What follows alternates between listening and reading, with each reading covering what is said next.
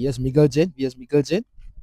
Away bro, Miguel Zen as 'n laaitie wat uit die ghettos uitkom soos die plek soos julle kan sien. Hy is 21 jaar oud. Hy doen musiek. Hy wil iets beter doen met sy lewe om mense te inspireer wat teen hulle self glo nie. Ja, dat is wie Miguel Zen is. Bro, waar vanaf kom je naam Miguel Jen vanaf? Okay.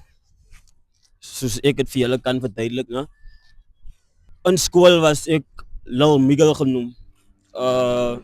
Ander bro het vir my Lil Miguel genoem. Ek het die naam gehad, maar soos ek groter geword het ek in die naam gegroei.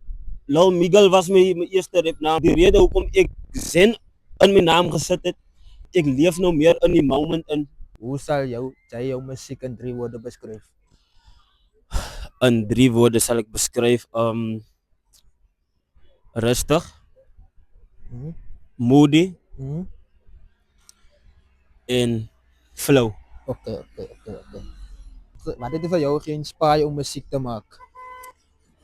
Daar is eintlik baie dinge wat vir my geïnspireer het om musiek te doen, maar dit was eintlik my niggie.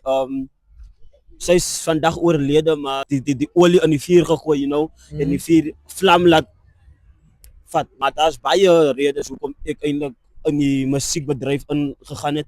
Wat maakt jou anders als andere rappers?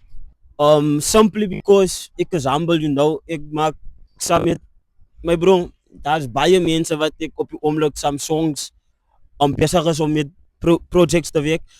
Ek leer rappers om, you know, om meer te fokus op hulle art en craft.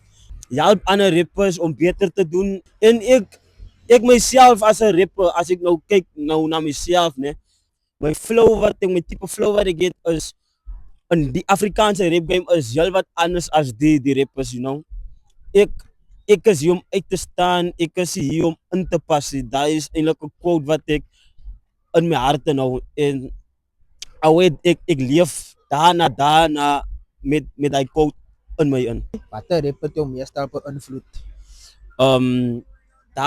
Daar is net een rapper wat vir my beïnvloed het, maar daar is 'n paar, maar die een wat uitstaan is definitief Ghana, because hy het die vibe wat ek like, you know.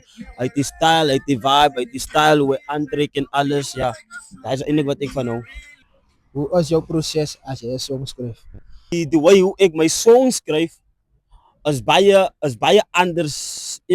Omdat ek meer in die melody afdeling is, luister ek altyd na die melody eerste en dan ek sal dit altyd eers inham en dan ja, dan vat ek dit daarvan af, dan die woorde kom na my toe. Daar is hoe ek my songs skryf. Daar is die proses van my songs. Die woorde kom na my toe, ek laat die woorde na my toe kom.